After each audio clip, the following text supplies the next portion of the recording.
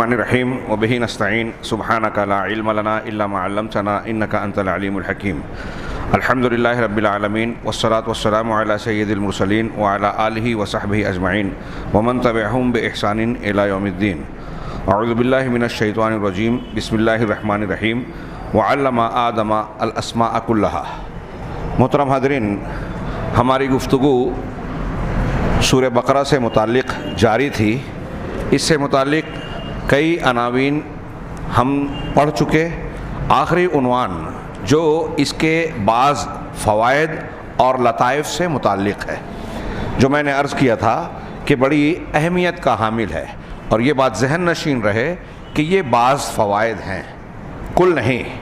اور کوئی بہت تفصیلی گفتگو کر کے موٹی سے موٹی تفسیر جنہوں نے لکھی ہو، وہ بھی قرآن کے تعلق سے یہ دعویٰ کر ہی نہیں سکتے کہ انہوں نے سارے فوائد حاصل کر لیے اور استنباط کر لیے۔ قرآن ایسا بحر ذخار ہے کہ اس میں ہر غوطہ خور، ہر غوطہ لگانے والا نئے موتی پاتا ہے۔ ہر انتہا سے سفر کی ایک نئی شروعات ہوتی ہے۔ چنانچہ آئیے چند فوائد پر نگاہ ڈالیں تاکہ ہمارے لیے تدبر میں آسانی ہو، قرآن کے معنی اور مفہوم کو سمجھنے کے لیے ہمارا ذہن و دماغ کھلے۔ یہ نکات بڑے پیارے ہیں۔ چنانچہ یہ کہتے ہیں کہ سب سے پہلا نقطہ کہ مومنوں کے دلوں کی تقویت۔ سورۃ البقرہ کی تلاوت کرتے ہوئے جب آپ اس میں ذکر کردہ تعلیمات، واقعات پڑھیں گے تو اہل ایمان کے دلوں کو قوت حاصل ہوگی اور ان کے پروردگار پر ان کے یقین میں اضافہ ہوگا، ایمان میں مضبوطی آئے گی، تاکہ یہ ان کے زندگی کا جو راستہ ہے، جب یہ یقین اور یہ تقویت حاصل ہو جائے گی تو زندگی کی راہ، دین پر عمل کرنا ہمارے لیے آسان ہو جائے گا، یہ راستہ ہموار ہو جائے گا۔ کیسے یہ تقویت ملتی ہے، یقین میں زیادتی ہوتی ہے؟ تو انہوں نے اشارے کیے کہ کچھ نکات کی طرف کہ قصۃ عزیر علیہ السلام، آیت نمبر 259 کا نمبر صرف انہوں نے دے دیا۔ اس میں ایک واقعہ ہے، اللہ تبارک و تعالیٰ نے مردوں کو زندہ کرنے سے متعلق جو قیامت کے دن کرے گا، دنیا میں بعض مثالیں ایسی پیش کی ہیں۔ عملی طور سے بعض لوگ مرنے کے بعد جی اٹھے، یہ بطور دلیل، بطور عبرت کے اللہ تبارک و تعالیٰ نے ایسا کیا۔ چنانچہ ان میں سے ایک واقعہ وہ ہے جو اس آیت میں ذکر کیا گیا سورہ بقرہ کی، او کالذی مر علی قریۃ وہی خاویۃ علی عروشہا قال انا یحیی ہذہ اللہ بعد موتہا۔ اس شخص کی طرح جو ایک بستی کے سے گزرا، اور وہ اوندھی پڑی ہوئی تھی، اپنے چھت الٹے پڑے ہوئے تھے، لوگ مرے ہوئے تھے، تو اس نے اس منظر کو دیکھ کر کہا کہ اللہ تبارک و تعالیٰ ان مردہ لوگوں کو کیسے زندہ کرے گا؟ تو ان کے مرنے کے بعد فاماتہ اللہ، تو اللہ تعالیٰ نے اسے خود موت دے دی، 100 عام، 100 سالوں تک، ثم بعثہ، اور 100 سال کے بعد اللہ نے اسے پھر زندہ کیا۔ واقعہ آپ قرآن میں پڑھیے اس آیت میں۔ اور پھر اس سے پوچھا کہ تم کتنے دن تک زندہ رہے؟ ابھی آج کی تلاوت کی گئی غالباً یہ آیت، کم لبثتا، تو اس نے کہا کہ دن یا دین کا کچھ حصہ، کہا نہیں، تم 100 سال تک موت کے شکار رہے، موت کے منہ میں رہے۔ تمہارے کھانے پینے کی طرف دیکھو، وہ باسی نہیں ہوا، اور تمہارے گدھے کی طرف دیکھو جو تمہاری سواری تھی، وہ سڑ گل گیا، اس کا گوشت پوشت ختم ہو گیا، ہڈی ڈھانچہ بچا ہے، وہ بھی بوسیدہ۔ اللہ نے پھر اسے زندہ کیا کہ دیکھو کس طریقے سے پروردگار ہڈی کو تازہ کرتا ہے، اس پہ گوشت پوشت اور جسم جان ڈالتا ہے، اور تم کو بھی 100 سال کی موت کے بعد پھر سے زندہ کیا۔ تو اس کے بعد انہوں نے، اس بندے نے کہا کہ میں یہ جان لیا کہ اللہ ہر چیز پر قدرت رکھتا ہے۔ یہ آیت اور یہ واقعہ جاننے کے بعد ہمارے دل پر یقین ہوتا ہے کہ اللہ کی قدرت ہے، اللہ دوبارہ زندہ کرے گا۔ اسی طریقے سے دوسرا قصہ وقصۃ نمرود مع ابراہیم، نمرود کا قصہ حضرت ابراہیم علیہ السلام کے ساتھ، آیت نمبر 258 میں حضرت ابراہیم علیہ السلام سے اس نے مناظرہ کیا۔ انہوں نے کہا کہ میرا رب وہ ہے جو زندگی اور موت دیتا ہے، تو اس نے کہا کہ میں بھی دیتا ہوں۔ جہالت اور حماقت والی بات کی، 2 آدمیوں کو بلایا، ایک کو قتل کروا دیا، ایک کو چھوڑ دیا، کہا اس کو زندہ کیا، اس کو مرد موت دے دی۔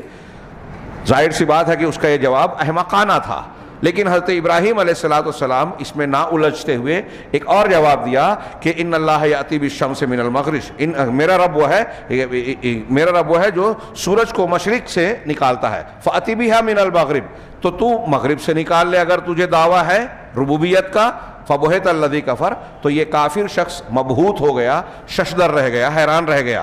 اب یہ واقعہ بھی پڑھنے کے بعد ہم کو اس میں دلیل ملتی ہے، ایمان و یقین میں اضافہ ہوتا ہے۔ تیسرا واقعہ وقصۃ ابراہیم، یہ یکے بعد دیگرے، یہ ابراہیم علیہ السلام کا اور مردوں کو زندہ کرنے کے 3 واقعات بطور دلیل اللہ نے قرآن میں سورہ بقرہ میں بیان کیے ہیں۔ تیسرا قصہ کہ ابراہیم علیہ السلام اور پرندوں کو زندہ کرنے کا، آپ نے قرآن کی آیت سنی کہ ابراہیم علیہ السلام نے اللہ تعالیٰ سے سوال کیا کیف تحیی الموتیٰ، تو مردوں کو زندہ کیسے کرتا ہے؟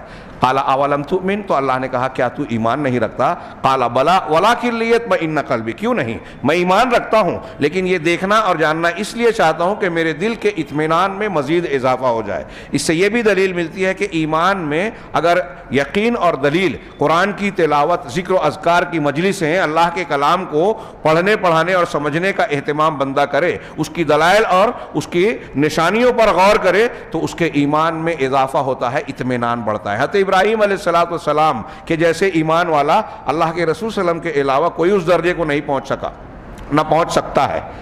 تو اسی لیے اللہ کے رسول نے کہا کہ اگر ابراہیم شک کرتے تو ہم زیادہ شک کے حقدار تھے، لیکن حضرت ابراہیم شک میں نہیں تھے۔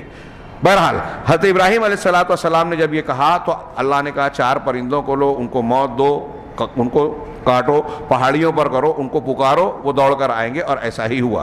یہ واقعہ پڑھیں۔ پھر تیسرا قصہ، یہ تینوں قصے ایک کے بعد ایک بیان کیے۔ وقصۃ الذین ماتوا ثم احیاہم اللہ، ان لوگوں کا قصہ سورہ بقرہ ہی میں جو مر گئے، اللہ تبارک و تعالیٰ نے ان بستی والوں کو پھر سے زندہ کیا۔ اب آگے صاحب کتاب کہہ رہے ہیں وَكُلُّ هَذِهِ الْقِصَصِ تَدُلُّ عَلَىٰ قُدْرَتِ اللَّهِ، یہ سارے قصے اللہ تبارک و تعالیٰ کی قدرت کاملہ مطلقہ پر دلالت کرتے ہیں، جو پوری طریقے سے مردوں کو زندہ کرنے کی طاقت رکھتی ہے۔ اسی طریقے سے اس کائنات میں اللہ سبحانہ و تعالی جیسے چاہے تصرف کر سکتا ہے، اسے یہ قدرت، قوت حاصل ہے۔ بندے ان واقعات کو جب پڑھتے ہیں تو یہ یقین بڑھتا چلا جاتا ہے کہ اللہ تبارک و تعالیٰ کی قدرت میں کوئی کمی نہیں ہے، اس کائنات کا نظام وہی چلاتا ہے۔ اور یہیں اب توحید کی دلیل بھی بنتی ہے، جب ساری قدرت، نظام، طاقت اسی کی ہے تو کسی اور سے کیوں مانگیں، کسی اور کو کیوں پوجیں۔ نمبر 2، دوسرا فائدہ انہوں نے بیان کیا اس صورت کا کہ اسلام، ان الاسلام لا يحرم شیئا الا ویأتی بالبدیل المباح الاصلح، بڑی پیاری بات کہی کہ اسلام نے اگر کوئی چیز حرام کی ہے، دین اسلام، اللہ تبارک و تعالیٰ کی شریعت اگر کسی چیز کو حرام قرار دیتی ہے تو وہ جو حرام انسان کے لیے نقصان دہ پہلو کا حامل ہے، اس کے مقابلے میں اس کا بدل بھی اللہ تعالیٰ عطا کرتا ہے، جو جائز اور زیادہ بہتر ہوتا ہے، مفید ہوتا ہے، جس کو المباح الاصلح کہا انہوں نے، کہ وہ جائز اصلح ہوتا ہے، یعنی زیادہ بہتر۔ ایک طرف وہ چیز جو انسان کے لیے نقصان دہ ہے، حرام کیا۔ ہم اور آپ بعض مرتبہ سوچتے ہیں کسی چیز کی طرف ہماری طبیعت کشش رکھتی ہے یا لالچ پیدا ہوتا ہے، خواہش ہوتی ہے، لیکن اللہ نے اس کو حرام کیا۔ ہم کہتے ہیں اکثر کہ جو چیزیں پسند آتی ہیں یا جن کی رغبت ہوتی ہے، عام طور سے وہ حرام ہے۔ جو رغبت ہوتی ہے وہ شہوت ہے، شیطان کا بہکاوا ہے، اور یہی امتحان ہے۔ لیکن جب آدمی گہرائی سے حقیقت پر غور کرے تو یہ حقیقت نظر آئے گی کہ جن چیزوں کو اللہ نے حرام کیا ہے وہ ہمارے لیے نقصان دہ ہے، بری ہے۔ اور جب اللہ نے ان کو حرام کیا، جیسے حضرت آدم کے لیے جنت کے ایک جھاڑ کو، درخت کو کھانا منع کیا تھا، ایسے ہمارے لیے بہت ساری چیزوں کو حرام کیا، یہی ہمارا امتحان ہے۔ اس کی طرف کشش ہوگی، شیطان کا بہکاوا ہوگا، جیسے آدم علیہ السلام کو بہکایا تھا۔ لیکن اللہ تعالیٰ نے جب کوئی چیز حرام کی تو اس کے مقابل میں اس کا بدل دیا جو زیادہ بہتر ہے اور اصلح ہے۔ اب یہاں اس کی ایک مثال دی سورہ بقرہ میں سے، جیسا کہ ربا کی آیتیں آئی، آج آپ نے قرآن کی تلاوت سنی کہ کیا ہے، یا ایھا الذین آمنوا لا تأکلوا الربا اضعافا مضاعفا، اور کیا کہ وذروا ما بقی من الربا۔ یہ آیتیں آج آپ سورہ بقرہ کے آخر کی کچھ 2 رکوع پہلے کی آیتوں میں، کئی آیتوں میں سود کی حرمت، سود کی مذمت، اور اللہ تبارک و تعالیٰ سے اس کی شدید ناراضگی، اور مسلمانوں میں جو اب بھی سود کا لین دین نہیں چھوڑتا وہ اللہ اور اس کے رسول سے جنگ کا اعلان کر دے، یہ کہا گیا۔ تو ایک طرف یہ ربا کی آیتیں آئی، اور اس کے بعد آگے پیچھے آپ دیکھیں گے کہ انفاق کی آیتیں ہیں کہ اللہ کے راستے میں خرچ کرو، صدقہ و خیرات کرو۔ ہاں، یا ایھا الذین آمنوا انفقوا، ہاں اے ایمان والو جو کچھ مما رزقناکم ہم نے تم کو دیا ہے اس میں سے خرچ کرو. پھر مثل الذین ينفقون اموالہم فی سبیل اللہ کمثل حبۃ کہ جو لوگ اللہ کے راستے میں خرچ کرتے ہیں اس کی مثال ایسی ہے جیسے ایک دانہ, ایک دانے کی 7 بالیاں, ہر بالی میں فی کل سنبلۃ 100 حبہ. یہ سورہ بقرہ کی آیت کا ٹکڑا ہے کہ ہر بالی میں 100 دانہ. واللہ یضاعف لمن یشاء, آپ نے ایک بیج ڈالا 7 بالیاں اور 100 دانے آئے, اس سے بھی زیادہ اللہ تعالیٰ اس کا اجر دے گا. حدیثوں میں اس کی تشریح ہے, ہم تفصیل میں نہیں جا سکتے. تو انفاق کی آیتیں بھی آئی ہیں اور ساتھ ساتھ مال کو بڑھانے کے طریقے کی طرف ترغیب بھی ہے, اور ساتھ ساتھ آپس میں قرض مداینہ, قرض کے لین دین کی باتیں بھی ہے. سورہ بقرہ کی آخری للہ ما فی السماوات سے پہلی والی قرآن کی سب سے لمبی آیت مداینہ کہلاتی ہے, آیت دین, قرض کے لین دین کی. یا ایھا الذین آمنوا اذا تداینتم بدین فاکتبوہ الی اجل مسمی. اے ایمان والو جب تم آپس میں قرض کا لین دین کرو تو ایک مقررہ مدت تک کے لیے اسے لکھ لو. اور پھر لکھنے پڑھنے کے یہ سارے احکامات بیان کیے. رب العالمین کی رحمت, شفقت اور ہمارے اور آپ پر اس کی توجہ کا آپ اندازہ لگائیے کہ اگر ہم, اللہ تعالیٰ نے آگے اس آیت میں کہا کہ اگر چھوٹا قرض بھی تم لین دین کرتے ہو تو تم اس کو لکھ لیا کرو. اللہ تبارک و تعالیٰ کی نگاہ میں دنیا مچھر کے پر کے برابر بھی نہیں ہے. ہم حدیث سنتے سناتے رہتے ہیں, مکھی کے برابر نہیں ہے. ہاں دنیا کی کوئی اوقات اور حیثیت نہیں ہے, لیکن مسلمانوں کا چھوٹا سا بھی مال ہے تو لین دین ہو رہا ہے تو لکھ لو. کتنی توجہ ہے. بعض علماء نے یہاں تک کہا کہ اس آیت سے اللہ کی ذات سے مسلمانوں کے لیے امید نکلتی ہے. یہ بہت زیادہ امید دلانے والی آیت ہے کہ اللہ تبارک و تعالیٰ مسلمانوں کے تھوڑے مال پر بھی توجہ دے رہا ہے کہ یہ بھی ضائع نہ ہو, اس میں بھی ظلم نہ ہو, جبکہ دنیا کی اس کے نزدیک کوئی حیثیت نہیں ہے.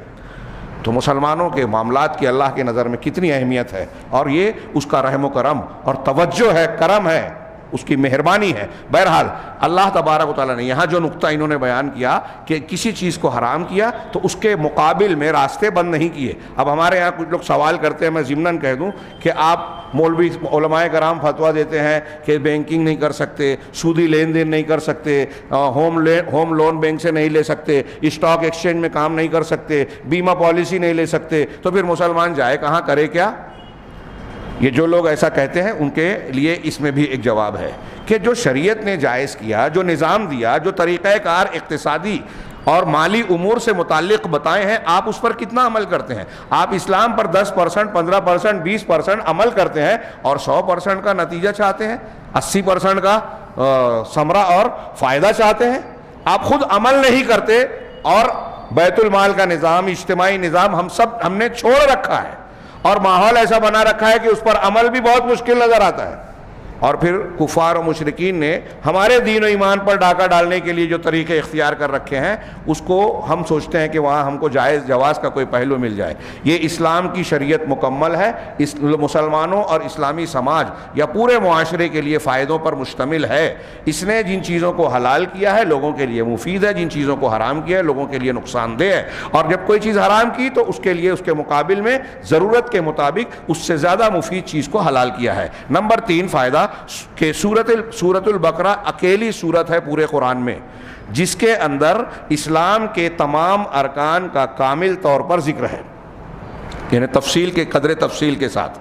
بعض تفصیلی احکامات حدیثوں میں ہیں, یعنی شہادتین لا الہ الا اللہ محمد رسول اللہ, اللہ اکبر اور رسولوں پر ایمان, دونوں گواہیوں کا, شہادتین کا, نماز کا, روزے کا, زکوٰۃ کا, روزے کا اور حج کا.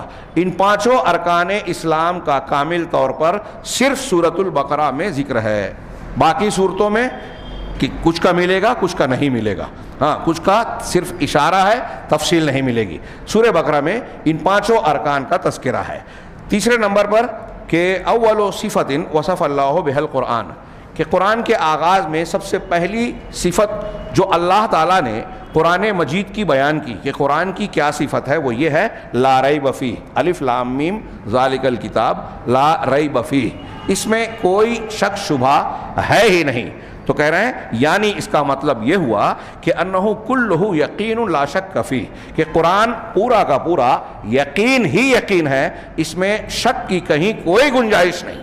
اور اگر کوئی شخص شک کر رہا ہے تو لا ریب فیہ پر ہی ایمان نہیں رکھتا، وہ ایمان بالکتاب اس کا صحیح نہیں ہے۔ وہذا اقویٰ، اب یہ جو کہہ رہے ہیں، قرآن نے خود یہ دعویٰ آغاز میں ہی کیا سورہ بقرہ کے کہ یہ ایسی کتاب ہے جس کے اندر کوئی شک کی گنجائش نہیں، سراپا یقین ہے، پورا کا پورا یقین ہے۔ تو یہ گویا ایک چیلنج بھی ہے غیر مسلموں کے لیے جو اس پر ایمان نہیں رکھتے، ان تمام کے لیے ایک للکار ہے، چیلنج ہے، دعویٰ ہے، اس طرح سے کہ دنیا کا کوئی بھی انسان اپنی کتاب کے آغاز میں اس چیلنج کی کوئی گنجائش یا کی جرات نہیں کر سکتا۔ کوئی دنیا کا انسان اپنی کتاب کے شروع میں یہ دعویٰ نہیں کر سکتا کہ میں نے کتاب میں جو لکھا ہے وہ سب کے سب یقین پر مشتمل ہے، اس میں شک کی کوئی گنجائش ہے ہی نہیں۔ یہ کوئی معمولی بات نہیں ہے۔ صحابہ کرام، علماء صحابہ کرام نے صحابہ کے علماء سے لے کر آج تک، یعنی نزول قرآن کے زمانے سے لے کر آج تک، ان کے بعد ہر زمانے میں یہ چیلنج قائم رہا، اور علماء نے، مسلمانوں نے دنیا کے لوگوں سے یہ چیلنج کیا کہ تم قرآن میں کوئی ایک غلطی لا کر بتا دو، ادب کی غلطی، بلاغت کی غلطی، بیان کی غلطی، جملوں کی غلطی، ترتیب کی غلطی، علم کی غلطی، معنی اور مفہوم کی غلطی، سائنسی مزاج کی غلطی، حق حقوق میں کوئی غلطی اور نقص اور خامی ہو، کسی بھی پیمانے پر دنیا میں کسی علم کا زور ہو، آج جیسے سائنس اور تحقیقات کا ہے، فلکیات کے علم کا ہے، تو ماہرین فلکیات سے ہمارا چیلنج ہے کہ قرآن میں آپ کی کوئی لمبی سے لمبی تحقیق ہو جو آپ نے رصدگاہ میں تحقیقات کی ہو، اس تحقیق کی روشنی میں قرآن کی بیان کی ہوئی ایک بات کو غلط ثابت کر دیجیے۔ بلکہ آج کی تحقیقات جاننے کے بعد علماء ماہرین، علماء جدید علوم کے ماہرین نے ہمارے دروس پیغام قرآن کے جو جاری ہے، میں نے اس میں کافی کچھ اعجاز قرآن پر بحث کیا، اس کے علمی اور سائنسی معجزات، تو اس میں ہم نے بہت سی مثالیں ایسی جانی کہ جدید دور یورپ، امریکہ کے بڑے بڑے سائنٹسٹ، محققین، ماہرین فلکیات اور علم جنین کے ماہرین، انہوں نے اپنی تحقیقات کے بعد جب قرآن حدیث کو دیکھا تو ایمان لانے پر مجبور ہوئے۔ ایمان نہیں بھی لائے تو یہ ضرور گواہی دی، اپنی کتابوں میں لکھا کہ 1400 سال پہلے ایک امی شخص، عرب کے صحرا میں پلنے بڑھنے والا شخص اگر یہ باتیں پیش کر رہا ہے تو یہ اس کے لیے پیش کرنا ممکن ہی نہیں تھا، اس زمانے کے کسی پڑھے لکھے انسان کے لیے بھی ممکن نہیں تھا۔ یقیناً یہ رب العالمین اللہ تعالیٰ کی جانب سے ہے جو اس کائنات کا خالق و مالک ہے۔ چنانچہ قرآن نے یہ چیلنج کیا اور صحابہ سے لے کر آج تک یہ چیلنج ہو رہا ہے، لیکن اس چیلنج کے باوجود مخالفین، شک پیدا کرنے والے، قرآن و حدیث کی مخالفت کرنے والے آج تک اس کا جواب دینے میں، اس للکار اور پکار کا جواب دینے میں کامیاب نہیں ہو سکے۔ نمبر 4 کہ اللہ تبارک و تعالیٰ نے اس کتاب میں سورہ بقرہ کے آغاز میں متقیوں کی جو سب سے پہلی صفت بیان کی، سب سے پہلی پہچان، متقی کون لوگ ہیں، تو ان کے بارے میں کہا یؤمنون بالغیب، کہ یہ وہ لوگ ہیں جو غیب پر ایمان رکھتے ہیں۔ وآخر صفت وصفہم بہا فی نفس السورہ، اور سب سے آخری صفت جو خود اسی سورت کے آخر میں اللہ تبارک و تعالیٰ نے اہل ایمان کی بیان کی، وہ کیا ہے؟ آمن الرسول بما انزل الیہ من ربہ والمؤمنون کل آمن باللہ الی آخر الآیہ۔ آخری صفت کیا ہے کہ رسول اور جو کچھ ان کے رب کی جانب سے نازل کیا گیا، رسول ایمان لائے اور مومنین بھی ایمان لائے۔ رسول کی جانب سے جو کچھ اترا ہے سب کو یقین کے ساتھ مان لیا، ایمان لے آئے۔ تو متقی وہ ہے جو یؤمنون بالغیب، اور پھر آخر میں بھی کہا کہ رسول مانتے ہیں۔ ابتدا میں بھی ان کی یہ صفت بیان کی اور انتہا میں بھی۔ کیوں؟ یہ بتا رہے ہیں فَأَهَمُّ شَيْءٍ هُوَ الْاعْتِقَادُ، یہ اس بات پر اشارہ ہے، تعلیم ہے کہ سب سے زیادہ اہمیت کی بات عقیدہ ہے، ایمانیات ہے، سب سے زیادہ اہم عقیدہ اور ایمان ہے۔ والاعتقاد من عمل القلب، اور عقیدے کا تعلق کہاں سے ہے؟ دل سے ہے۔ یہ اعتقاد جو ہے دل کے عمل سے تعلق رکھتا ہے۔ فالقلب ہوا محل نظر اللہ فی عبادہ، چنانچہ دل ہی اصل میں اللہ تبارک و تعالیٰ کی نگاہ کا مرکز اور مقام ہے۔ اللہ تعالیٰ حدیثوں میں ہے کہ بندوں کی صورتوں کو، مال و اسباب کو، ظاہر کو، کپڑوں کو نہیں دیکھتا، وہ ان کے دل کو دیکھتا ہے۔ تقوی یہی ہوتا ہے، ایمان اور عقیدہ یہی ہوتا ہے۔ تو اللہ تبارک و تعالیٰ کی نگاہ بندوں کے دلوں پر ہوتی ہے، لہٰذا دل کی اصلاح اور دل کا صحیح ایمان کرنا بہت ضروری ہے۔ چنانچہ انہوں نے دعا کی فَاللَّهُمَّ أَصْلِحْ قُلُوبَنَا، بس اے اللہ ہمارے دلوں کو تو درست کر دے اور اسے ہم کو جو ہے قلب سلیم عطا فرما، وہ قلب سلیم جس کے ساتھ آنے پر قیامت کے دن نجات ملے گی۔ نمبر 5 پانچواں فائدہ انہوں نے بیان کیا، فضل اللہ الانسان بالعلم، اللہ تبارک و تعالیٰ نے انسانوں کو علم کے ذریعے سے فضیلت دی۔ ہم بھی کھانا کھاتے ہیں، جانور بھی چارہ کھاتے ہیں، اور الگ الگ جانور الگ الگ غذائیں کھاتے ہیں، جانور چرندے پرندے، وہ بھی سنتے ہیں، ہم بھی سنتے ہیں، ان کی بھی کچھ صلاحیتیں ہیں، ہماری بھی کچھ صلاحیتیں ہیں۔ جو چیز انسان کو ممتاز بناتی ہے وہ کیا ہے؟ اس کی استعداد علم، علمی صلاحیت۔ اللہ تبارک و تعالیٰ نے یہ فضیلت عطا کی۔ چنانچہ اللہ تعالیٰ نے جب آدم علیہ السلام کا ذکر کیا اور انہیں مسجود ملائکہ بنایا تو اس کی وجہ کیا بتائی؟ وَعَلَّمَ آدَمَ الْأَسْمَاءَ كُلَّهَا، کہ اللہ نے آدم کو تمام اسماء کی تعلیم دی۔ اب یہ اسماء کیا ہیں؟ دنیا کے مختلف چیزوں کے نام اور ضروریات کی ساری چیزیں اس میں داخل ہیں اہل علم و مفسرین کے اقوال کے مطابق۔ دوسری آیت جو سورہ رحمان کی ہے، اللہ تعالیٰ نے فرمایا خلق الانسان علمہ البیان، اللہ نے انسان کو پیدا کیا اور اسے بیان سکھایا۔ آدم کو پیدا کیا، اسما سکھایا، ہم کو اور آپ کو پیدا کیا، بیان سکھایا۔ یہ بیان اور یہ اسما کا علم جانوروں کو، چرندوں پرندوں کو، دوسری مخلوقات کو نہیں دیا گیا۔ وقال تعالی عن نبیہ موسیٰ، اور اللہ تعالیٰ نے اس سورہ بقرہ میں جو گائے والا واقعہ ہے اسی ضمن میں حضرت موسیٰ علیہ السلام اپنے نبی کے بارے میں کہا کہ وہ کہتے ہیں اعوذ باللہ ان اکون من الجاہلین، میں اللہ سے اس بات کی پناہ میں آتا ہوں، بچاؤ مانگتا ہوں، کس بات سے؟ کہ میں جاہلوں میں سے بن جاؤں۔ مطلب جاہل ہونا یہ بے عزتی کی بات ہے، یہ حقارت کی بات ہے، کم درجے کی بات ہے، یا انسان کے لیے ایسی بات ہے جو قابل شرمندگی یا پستی کی طرف لے جانے والی۔ اور انسان کے لیے اعزاز، عزت کی اور بلندی کی بات یہ ہے کہ وہ علم والا بنے۔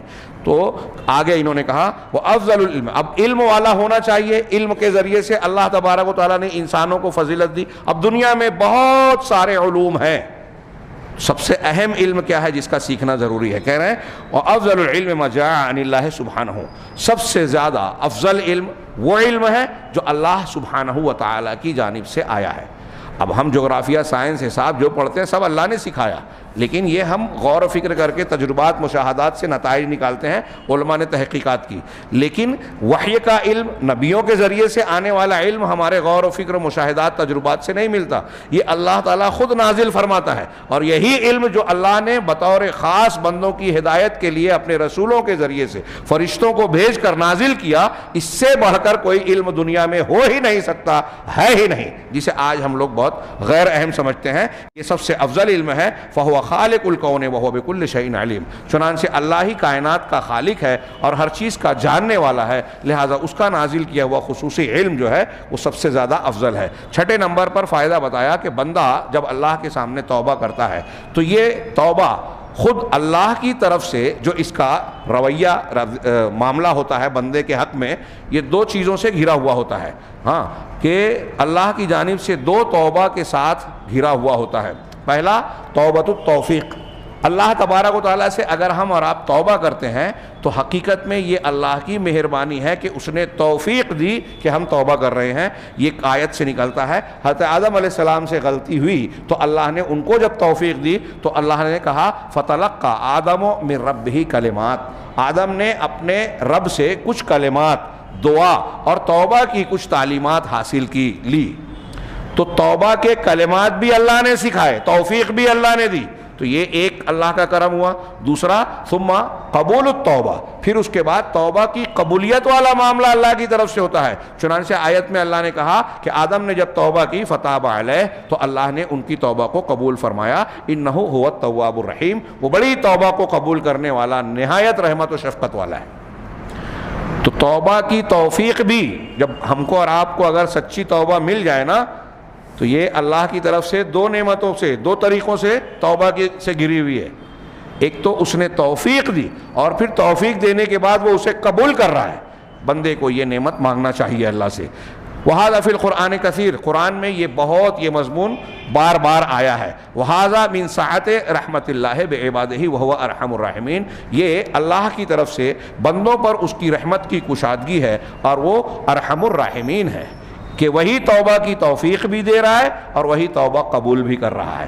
ساتویں نمبر پر فائدہ بتایا قد ترى او تسمع عن مواقف للبشر لا يصدقها عقلك، کہ کبھی کبھی آپ اور ہم انسانوں کے ایسے موقف، ایسا مزاج دیکھتے ہیں، سنتے ہیں یا دیکھتے ہیں جس کو ہماری عقل قبول نہیں کرتی کہ ارے اس آدمی نے ایسا کیا، اس آدمی نے ایسا کہا۔ ہم کچھ باتیں ایسی سنتے ہیں، کچھ واقعات سنتے ہیں اور دیکھتے ہیں جس کے بارے میں ہماری عقل یہ کہتی ہے کہ ایسا کیسے ہو سکتا ہے، کوئی آدمی ایسی بے وقوفی، ایسا غلط کام، ایسی عجیب و غریب بات کیسے کر سکتا ہے۔ تو ہمارا دماغ یہ کہتا ہے کہ کوئی حیوان اور جانور بھی ایسی حرکت نہیں کر سکتا، ایسی بات نہیں کہہ سکتا، تو انسان کیسے کر سکتا ہے، عقل اسے قبول نہیں کرتی۔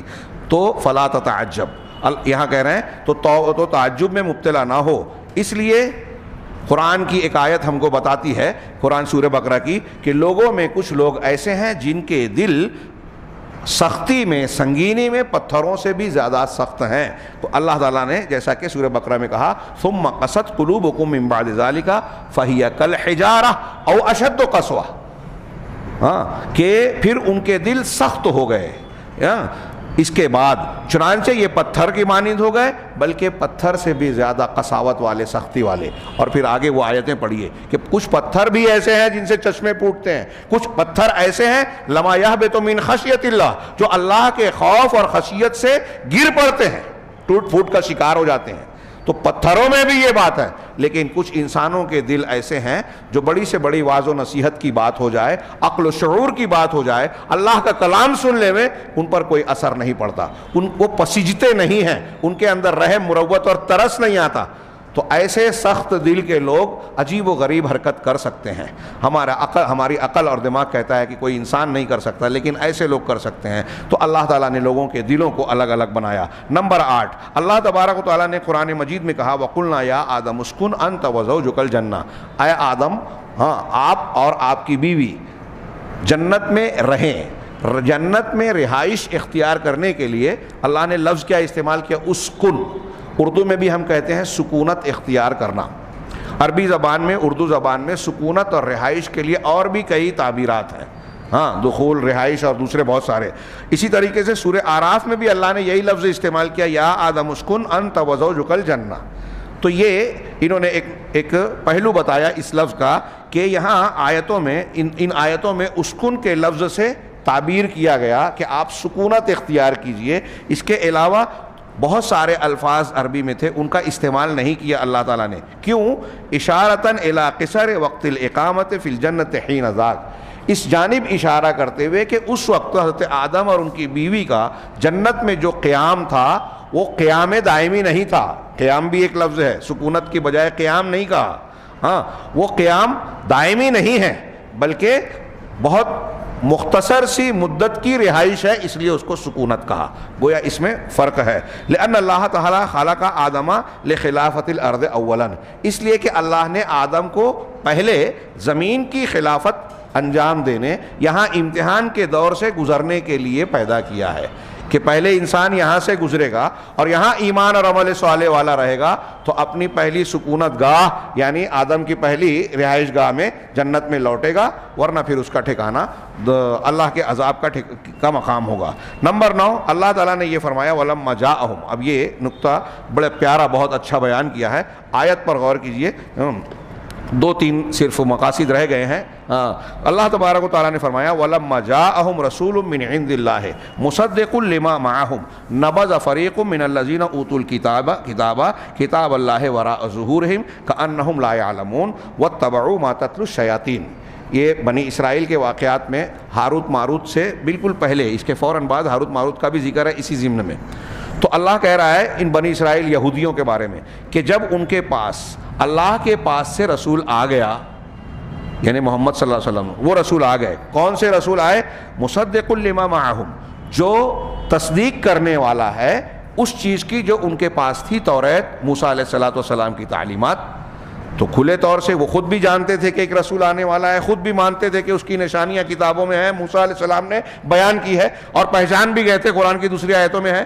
تو جب یہ رسول آ گیا، نبذ فریق من الذین اوتوا الکتاب کتاب اللہ وراء ظہورہم، تو جن لوگوں کو کتاب دی گئی تھی، یہود اور نصارہ، ان لوگوں نے اللہ کی کتاب کو پس پشت ڈال دیا، اپنی پیٹھ کے پیچھے پھینک دیا، وراء ظہورہم، انہوں نے پھینک دیا، اور اسے کہاں پھینکا؟ اپنی پیٹھ کے پیچھے. ہم اردو میں بھی بولتے ہیں کہ پس پشت ڈال دیا، مطلب اس کو مانا نہیں، اس کی طرف توجہ نہیں دی. ہاں، کأنہم لا یعلمون، گویا کہ وہ اسے جانتے ہی نہیں. اللہ کی کتاب، یہ رسول آئے، اللہ کی کتاب پیش کی، ان لوگوں نے رسول اور کتاب کو نہیں مانا، ان کو پس پشت ڈال دیا، ایسا رویہ اختیار کیا جیسے اس کو جانتے ہی نہیں، مانتے ہی نہیں. ہاں، اور پھر ایک طرف یہ حق کے ساتھ یہ رویہ، اگلی فوراً آیت نمبر 101 ہے اور 202 کا آغاز ہو رہا ہے، وَاتَّبَعُوا مَا تَتْلُو الشَّيَاطِينُ عَلَى مُلْكِ سُلَيْمَانَ. اور اتباع کس چیز کی؟ جو شیاطین نے سلیمان کی سلطنت کے ساتھ کیا تھا، یعنی اس کے ساتھ شیاطین نے جو چیزیں جوڑنے کی کوشش کی، بیان کی. اللہ کی کتاب اور رسول کو چھوڑا اور شیاطین کی پیروی کی، جو شیاطین نے پڑھایا وہ تلاوت کی، اس کو پڑھایا. ما تتلو الشیاطین، شیاطین جو پڑھتے تھے اس کی اتباع کی. تو کیا پڑھتے تھے شیاطین؟ جادو ٹونا، الٹی سیدھی باتیں، غلط سلط باتیں. اب اس آیت سے، اور آگے پھر وہ ہاروت ماروت والا واقعہ، اس آیت کی روشنی میں سلیمان علیہ السلام نے کفر نہیں کیا، جادو کا سیکھنا سکھانا کفر ہے. علامہ سعدی کا قول، قال ابن سعدی، ابن سعدی رحمہ اللہ کہتے ہیں کہ من ترکا، دیکھیے یہ اسی آیت سے استدلال کر رہے ہیں، بڑے پیارا خوبصورت، کہ جو من ترک عبادت الرحمن ابتلی بعبادت الاوثان، جو رحمان کی عبادت نہیں کرتا، چھوڑ دیتا ہے، وہ اوثان یعنی بتوں کی عبادت کرتا ہے، اس میں مبتلا ہو جاتا ہے. رحمان کی عبادت کو چھوڑنے والا اوثان کی عبادت میں مبتلا ہو جاتا ہے. من لم ينفق مالہ فی طاعت اللہ، جو اللہ کی فرما برداری میں، نیکی کے کاموں میں اپنے مال کو خرچ نہیں کرتا، انفقہ فی طاعت الشیطان، وہ شیطان کی اطاعت و فرما برداری میں مال خرچ کرتا ہے. ہم دیکھ لیں سماج کے اندر، ہاں، جو مسجد میں نہیں دیتے، جو علماء پر خرچ نہیں کرتے، دعوت اور دین کے کاموں میں جن کے ہاتھ رک جاتے ہیں، وہ شوق پر، الٹی سیدھی حرکتوں پر، حرام کاموں پر اپنے ہاتھوں کو کھول دیتے ہیں. تو جو اللہ کی اطاعت میں خرچ نہیں کرتے، شیطان کی اطاعت میں کرتے ہیں. من ترک الذل لربہ، جو اپنے پروردگار کے سامنے جھکاؤ اختیار کرنے کو چھوڑ دیتا ہے، یعنی اپنے رب کے سامنے ذلت اختیار نہیں کرتا، ابتلیا بالذل للعبید، وہ بندوں کے سامنے ذلت اختیار کرنے میں مبتلا ہو جاتا ہے. جو اللہ کے سامنے نہیں جھکتا، اللہ اسے بندوں اور مخلوقات کے سامنے جھکاتا ہے. آپ دیکھیے کہ جو بڑا غرور اور انانیت کا مظاہرہ کرتے ہیں، ہاں، نیک لوگوں کے سامنے اکڑتے ہیں، اللہ کے سامنے، احکامات کے سامنے اس کو ماننے کے لیے تیار نہیں ہوتے. وہ پولیس اور لیڈر فلاں اور ظالمین کے سامنے جا کر با ادب کھڑے ہوتے ہیں، جھک کر کھڑے ہوتے ہیں. یہ آج جو قرآن پر اعتراض کرنے والا بدبخت تھا، جس پر کورٹ میں نام ہی نہیں لوں گا اس کا، ہاں، شیعہ رافضی، ہاں، اس کو دیکھیے مسلمانوں کو آنکھیں دکھاتا ہے، قرآن پر اعتراض کر رہا ہے، اور کن کی جباسائی کر رہا ہے، کن کے پیروں میں جا کے گرتا ہے، وہ خبریں دیکھ لیجئے. تو جو اللہ کے سامنے ذلت اختیار کرنے سے ہٹتا ہے، عبادت نہیں کرتا، اللہ کے حکم کو مان کر جھکتا نہیں ہے، اللہ تعالیٰ بندوں کے سامنے اسے جھکاتا ہے، وہ ذلت اختیار کرتا ہے بندوں کے سامنے. آج مسلمانوں کی حالت دیکھ سکتے ہیں، من ترک الحق ابتلی بالباطل، جو حق کو ترک کرتا ہے وہ باطل میں مبتلا ہو جاتا ہے. اسی طریقے سے یہود، اب یہ جو اس آیت کی روشنی میں ان مسائل کو جوڑا ہے، آخری جملے سے آپ پورے مضمون کو سمجھ لیں گے کہ یہود کا معاملہ ایسا ہی تھا کہ جب انہوں نے اللہ کی کتاب کو پس پشت ڈال دیا، پھینک دیا، اتبعوا ما تتلو الشیاطین، تو شیاطین کے بیان کیے ہوئے تعلیمات کی اتباع کرنا شروع کر دی. اللہ کی کتاب نہیں مانی، شیطان کی کتاب پر ایمان لے آئے. ان کو مان رہے ہیں، اور جو رحمان کی بات نہیں مانے گا وہ شیطان کی ماننے والا ہوگا خود بخود. تو یہ آپ دنیا میں دیکھ سکتے ہیں کہ جو اچھائیوں کو نہیں مانتا، چھوڑتا ہے، اس کے مقابلے کی برائیوں میں ضرور مبتلا ہوتا ہے. یہ اس واقعے سے، اس آیت سے گویا سبق ملا، اور دنیا کے ہر حصے میں، ہر گوشے میں اس کو ہم نافذ کر سکتے ہیں. وَهَذِهِ سُنَّةٌ قَدْرِيَّةٌ وَحِكْمَةٌ إِلَٰهِيَّةٌ، یہ اللہ تبارک و تعالیٰ کی قدری سنت اور قانون ہے، اور اللہ کی حکمت ہے. نمبر 10 یہ کہہ رہے ہیں یا ایھا الناس اعبدوا ربکم، یہ 2 رہ گیا ہے، بہت مختصر سا. ہاں، کہ نمبر 10 یہ ہے کہ یا ایھا الناس اعبدوا ربکم. سورہ بقرہ میں سب سے پہلا ایمان والوں کو خطاب کر کے جو حکم دیا گیا وہ یہی عبادت کا، شرک سے بچنے کا. یا ایھا الناس اعبدوا ربکم الذی خلقکم والذین من قبلکم لعلکم تتقون الذی جعل لکم الارض فراشا والسماء بناء. یہاں ابتدائی حصہ لکھ کے انہوں نے کہا کہ یہ آیت کریمہ تمام مخلوق کو، صرف مسلمانوں کو نہیں، یا ایھا الناس ہے، ہاں یا ایھا الناس، اے لوگو، تمام مخلوقات کو اللہ تبارک و تعالیٰ کی عبادت کی دعوت دے رہی ہے. دعوت کہ اللہ کی عبادت کرو. کیوں کرو؟ بے طریقتین، دو طریقوں سے.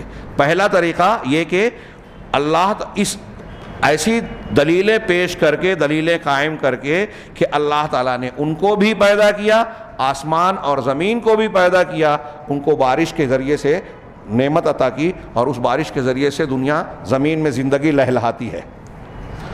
وہ فصلیں، باغات، اناج، پھل پھول اگتے ہیں جو انسانوں کی ضروریات بھی پوری کرتے ہیں، حیوانات کی بھی ضروریات پوری کرتے ہیں، زمین کے موسم کو بھی اعتدال میں رکھتے ہیں، اور بہت ساری حکمتیں. صرف غذائیں نہیں، دوائیں بھی بنتی ہیں اور نہ جانے کیا کیا. خیر، تو پہلی دلیل دی اللہ تعالیٰ نے ان آیتوں میں کہ کیوں اللہ کی عبادت کرو، جس نے تم کو اور تمہارے باپ دادا کو، تم سے پہلے کے لوگوں کو پیدا کیا، اور جس نے زمین کو تمہارے لیے بچھونا بنا دیا، آسمان کو چھت بنایا، تمہارے لیے بارش برسائے جس سے باغات اور پھل پھول نکالے، ہاں پھلوں کو پیدا کیا. تو پہلی دلیلیں قائم کی کہ اللہ تعالیٰ کی عبادت اس لیے کرو کہ اس نے تم کو پیدا کیا، تم سے پہلوں کو پیدا کیا، آسمان زمین کو پیدا کیا، تم کو بارش دی، نعمتیں دی، کھانا پینا دیا. والآخر، اور دوسری دلیل، دوسرے طریقہ کیوں اللہ کی عبادت کرو، اس کا دوسرا طریقہ ملاطفۃ جمیلہ، کہ بڑا خوبصورت ہاں اور حسین لطف و کرم کا اظہار، اللہ تعالیٰ کا انداز، لطف و کرم، ہاں بذکر ما للہ علیہ من الحقوق و من الانعام، ان چیزوں کا ذکر کر کے کہ آپ پر اللہ کا، بندوں پر اللہ کا کیا حق ہے، اور بندوں پر اللہ نے کیسے کیسے انعامات کیے. اس میں یہ بڑی ملاطفت کے ساتھ خوبصورت انداز میں ایک آدمی کہتا ہے کہ سوچو تمہارے ماں باپ نے تمہارے لیے کیا کیا کیا، تو کیا ان کا یہ حق نہیں بنتا کہ تم ان کی فرما برداری کرو؟ یہ سمجھانے کا ایک انداز میں مثال دے رہا ہوں کہ ماں باپ کے احسانات اتنے ہیں تو تمہارا کچھ فرض بنتا ہے کہ نہیں بنتا. یہ سمجھاتے ہیں نا ہم لوگ. تو وہی انداز، یہ تو ماں باپ ہیں جو حقیقی طور سے بچوں کو پیدا نہیں کرتے، اللہ تعالیٰ نے تو پیدا کیا، آدم سے وجود بخشا، ساری نعمتیں دی، تخلیق دنیا میں آنے سے پہلے ماں کے پیٹ سے سارا انتظام کیا، سب کچھ دیا، پھر جسمانی ضروریات ہی نہیں روحانی ضروریات کا بھی انتظام کیا. تو کیا اس رب کا تم پر کوئی حق نہیں ہے؟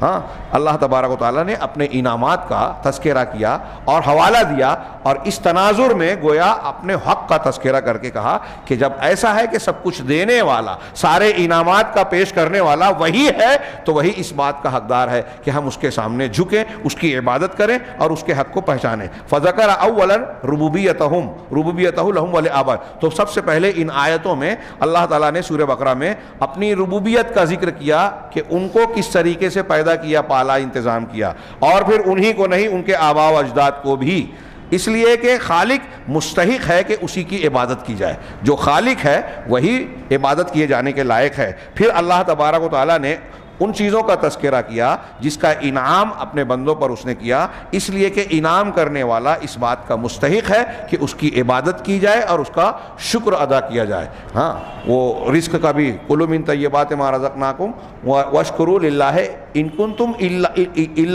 کنتم ایاہ تعبدون، کہ جو اللہ نے حلال رزق طیبات تم کو دیا ہے اس کو کھاؤ پیو اور اللہ کا شکر ادا کرو اگر تم اس کی عبادت کرتے ہو. یہ سب تعلق جڑا ہوا ہے. یہ دوسری آیت میں نے پڑھی جو سورہ بقرہ ہی کی ہے. وتأمل قولہ، ان آیتوں میں اللہ تعالیٰ نے جو طریقہ اختیار کیا، بیان کیا، جعل لکم، تمہارے لیے بنایا، تمہارے لیے پیدا کیا، رزقا لکم، یہ جو کچھ پیدا کیا پھل پھول اور یہ ساری چیزیں تمہارے رزق کے طور پر، ان پر غور کرو. تشعر باللطف والود بینک و بین الرحمن سبحانہ، یہ چیز اپنے بندوں کے درمیان، آپ اپنے درمیان اور رحمان کے درمیان محبت اور لطف و احسان کا معاملہ پائیں گے کہ رحمان ہم پر کتنے احسانات کر رہا ہے. اللہ تعالیٰ نے قرآن میں کہا کہ تم کو پیدا کیا، تمہارے باپ دادا کو بھی اسی نے پیدا کیا، تمہارے لیے آسمان زمین بنائے، زمین کو جو ہے فرش بنا دیا اور آسمان کو ایسا بنایا، بارش برسائی، پھل دیا اور یہ دیا. یہ اللہ تعالیٰ رحمان کی محبت ہے، اس کا لطف و کرم ہے. اور جب لطف و کرم ہم کسی کا جانیں گے تو اس کا حق بھی جانیں گے. نمبر 11، آخری نمبر پر سورہ بقرہ کے فوائد میں چند فوائد میں آخری انہوں نے بیان کیا، المقصود العظم من هذه الآیہ، اس آیت کا سب سے عظیم مقصد ہے الامر بتوحید اللہ، اللہ کی توحید اختیار کرنے کا حکم.